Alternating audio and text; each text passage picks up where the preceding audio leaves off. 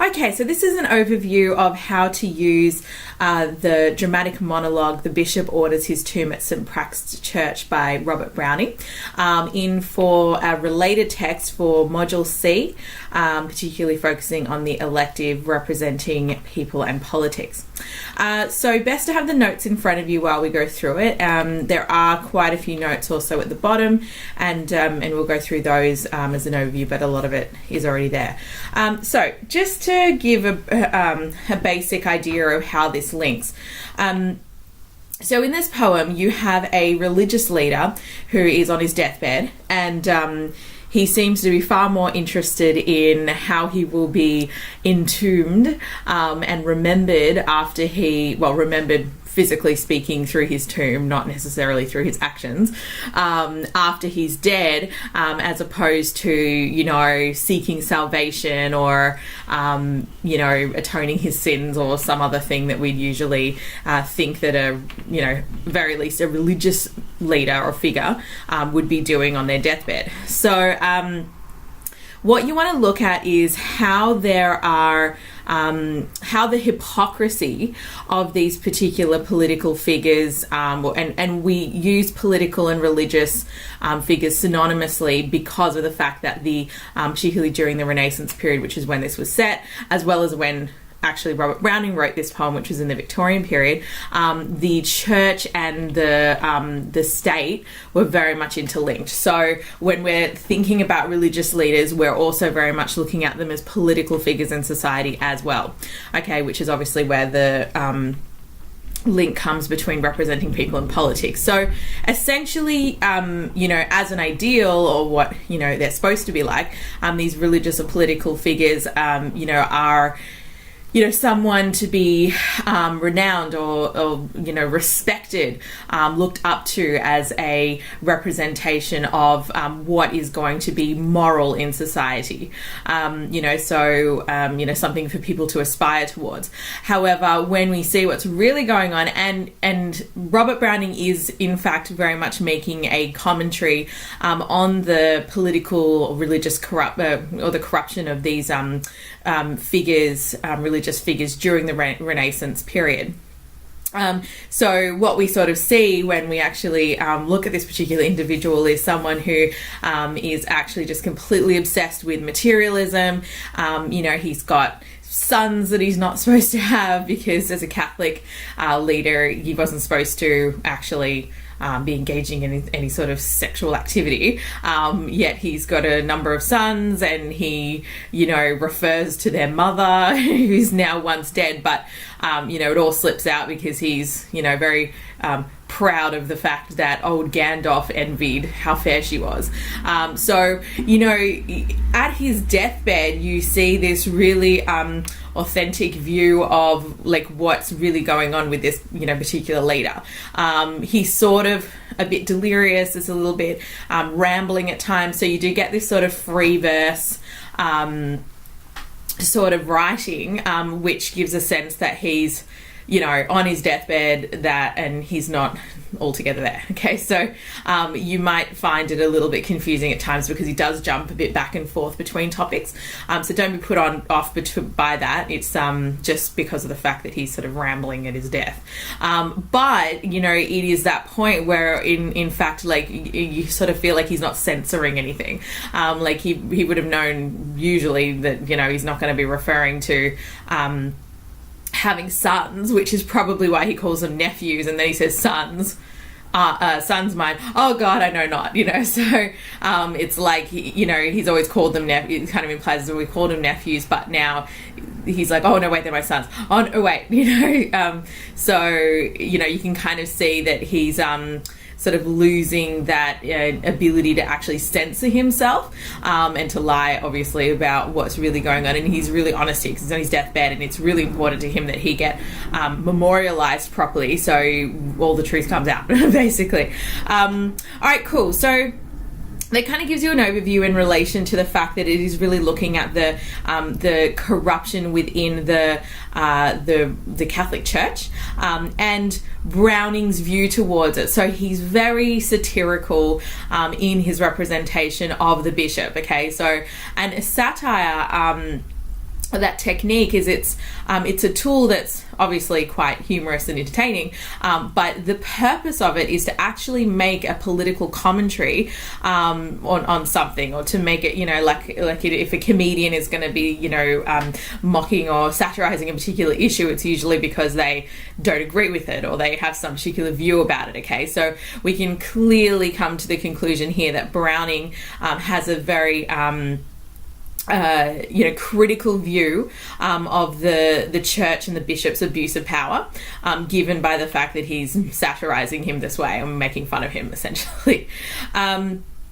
And that's somewhere you can also bring in the idea of competing political perspectives, because we can sort of see that there's that Browning is challenging something here, okay, about this political and religious institution. All right, cool. So I'm not going to go through every line, but just to give you a bit of an overview, starts off by, very ironically, by saying, vanity saith the preach vanity. So vanity is something that, the church warns against, as being, not in alignment with someone that has good faith, right? Vanity is something that distracts the human being or the individual from, their spiritual, and their, I won't say spiritual plight, but, the pursuit of, enlightenment to some extent. But essentially speaking, there are certain things that people are said to need to do in order to go to heaven, and then if they don't, they're going to go to hell. Okay, so for the Christian faith, it's very much about how the actions and what you do on earth will dictate what happens in the afterlife. Now, it is, again, like I said, it's ironic that he doesn't really consider what's going to happen in the afterlife, as opposed to just kind of rotting in some possible tomb. He just is more concerned about how he's going to be everlasting through, on earth, through a particular monument. But either way, going back to the idea of vanity, it's just really ironic that it kind of starts with this whole warning against vanity, when in fact the rest of the whole poem is very much about his vanity. Whether that be, having Gandalf, his predecessor, envy him, whether that be about him, constructing his tomb. And then we talked about that confusion there with the nephews and the sons, and he does go on to refer to them a number of times as his son. So we can conclude really that he's had sexual relationships were forbidden for Catholic priests. Okay, cool. So we've got the fact that he loves the fact that, Gandalf envied me. So fair she was. Ironic as well that he says, peace, peace seems all, St. Praxed Church was ever the church for peace. And so, about this tomb of mine, I fought with tooth and nail to save my niche, So he's saying that it's a church for peace, but then he goes right on to talk about how he's been fighting with Gandalf to save a piece of place where he's going to be buried. So the irony is, firstly, that they're fighting. Secondly, what they're fighting about just seems so absurd. They're fighting about the place where they're going to be buried at death, which how would you even know anyway, because he's dead. But for him, that's very important. So what they're fighting about is just also completely, materialistic and superficial as well. He goes into a lot of detail about how he wants to be buried. It kind of indicates how much thought he's put into it, possibly a lot more than, any sort of spiritual, expeditions he may have had. And then he uses all these really opulent images, peach blossom marble, the rare, the ripe. It's very much a materialistic description there.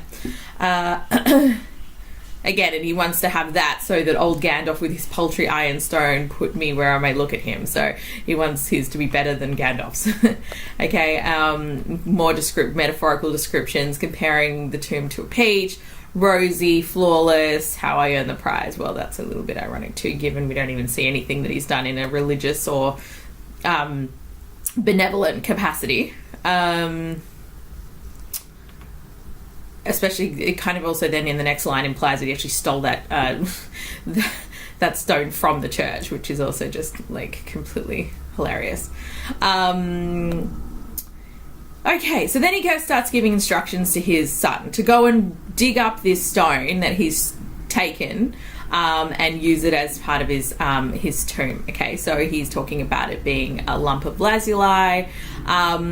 It's really interesting that he has that description like that, similarly comparing it to blue as a vein over the Madonna's breast. A very sexual image there of the Madonna, who is the Virgin Mother. So that in itself is extremely blasphemous and shows a complete disregard or lack of respect for the religious faith that he is supposed to be a leader of. And then and it also kind of really, it obviously creates an even more vivid image of like how blue this particular stone is, and so just continuing that materialism. So you can have a look at the side there for extra notes on that.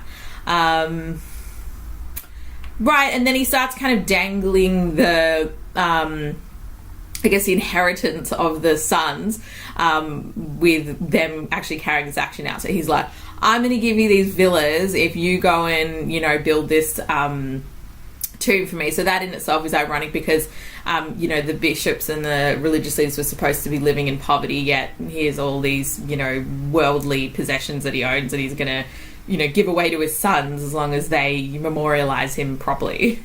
Again, he wants Gandalf to be coming back to just envying him, for Gandalf shall not choose but see and burst.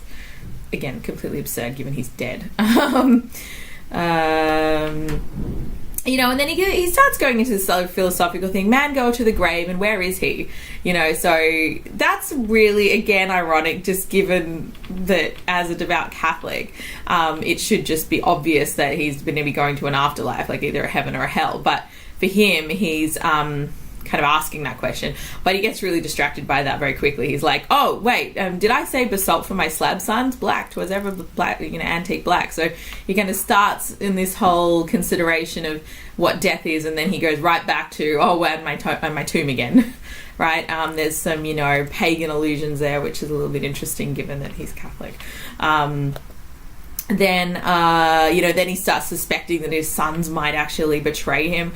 You hope to revel in my villas while I gasp bricked over with a beggar's mouldy tavertine. So he now fears that his sons will be dishonest and take the villas at his death and not give him the tomb he wants, which then means that Gandalf's going to laugh at him. It's just like the most absurd conversation to be having at your death. But there you go. Okay. Yeah, and then when he talks about death, he talks about, and how then shall I lie through centuries and hear the blessed mutter of the mass and see God made and eaten all day long. So he kind of just talks about how he's going to be decaying in the ground at death.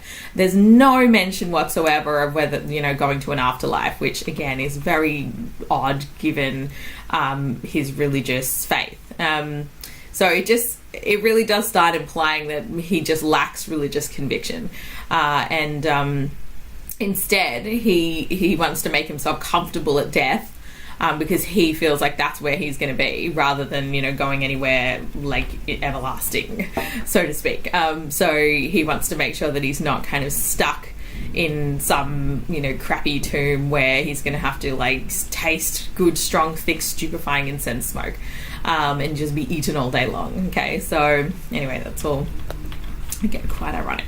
Okay, cool. All right, so that's sort of an overview. And then in terms of actually breaking this up structurally, you want to start by talking about its political motivation. So if you followed the structure that would have been given in relation to your set text, it would have been, the first half of the essay was very much based on political motivations, and the second half was about the impact of those political motivations and actions on the individual and society.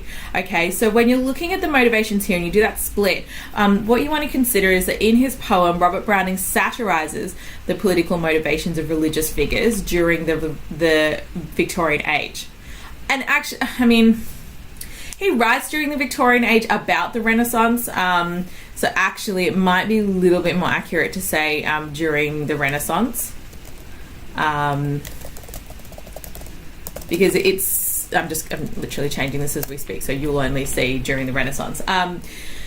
Just simply because he may be talking about those religious figures from the Victorian era, but we can't be certain. He it would be pretty controversial if he was doing it during his own age. They wouldn't be very impressed about that. So I would just say on the safe side, what we can definitely prove is that it is based on the Renaissance. During Renaissance, suggesting the vanity, pride, and financial gain that has shaped their actions. Okay, so these are the motivations of this particular bishop. Okay, so he wants, to be memorialized. He wants sort of, to be revered through his tomb as opposed to his actions. And it's very much a financial or worldly, gain that he's after. Okay. And in doing so, abuses his power, right, as a political figure, a religious political figure. Okay, so the poem serves as an indictment of the hypocrisy that came to be associated with the Catholic Church during the Renaissance, when many church officials abused their power of influence for personal gain. So that's just a quick thing about, what was actually going on at the time. We've got, the vanity that starts off the poem, which is ironic, as we already discussed, so that's all done. And then, you can see his pursuit for materialistic possessions, okay, particularly through, there's so many examples you can use from the tomb, okay. I've got chunks of quotes in there, don't use really long ones, but I've just given you some to kind of choose from. Then you've got the whole thing of how he's, had sons, and that slips out because he wants Gandalf to envy him. So again, like, he wants to evoke jealousy, and the fact that he has abused his power, like he's obviously given a promise that he will be celibate and has clearly not done that. Okay. So for this particular individual to have power in the society is really corrupt, given that he really isn't a representation of any of the things that he's supposed to be for this time as a religious figure. Okay, great. So, and then the next part is looking at the impact, okay? So the impact of these political motivations or this corruption is depicted to be the loss of morality ethics within a highly regarded Christian church and within society, because, it was a very devout Christian society, and to have this leader of that be so corrupt has an impact on the faith and the morality of the society as a whole. Okay, so, a couple of things we can go to do that peace part. He says it's peace, but then actually he fought with tooth and nail, so there was that one, which illustrates that kind of pettiness and conflict that has resulted from his political desires or his desires for, worldly possessions. Okay, and then... he's we get an idea that he's sort of lost his own faith. So, I mean, what hope does anybody else have then if he's lost his? Because he doesn't talk about how he's going to achieve salvation or anything. He doesn't even really refer to it at all as if it's something he would have. But really, he's like, how then shall I lie through the centuries and hear the blessed mutter of the Mass? So, for him, he's not...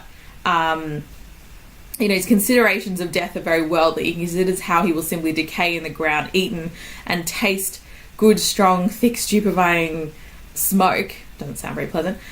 So his contemplation of mortality is completely worldly, which is highly ironic for a religious leader. He seems to have no concept of the afterlife. And it sort of implies that his pursuit of worldly belongings and abuse of power have led to his loss of faith, which again has an impact on society because he's a religious leader. He's supposed to be someone that they're looking up to for this. Okay, great. So there's lots of examples for each of those two ideas. I've just given you a handful and you definitely don't need to use those ones. But do follow the structure that's been given. And that should work really well into tying with the set text that you already have.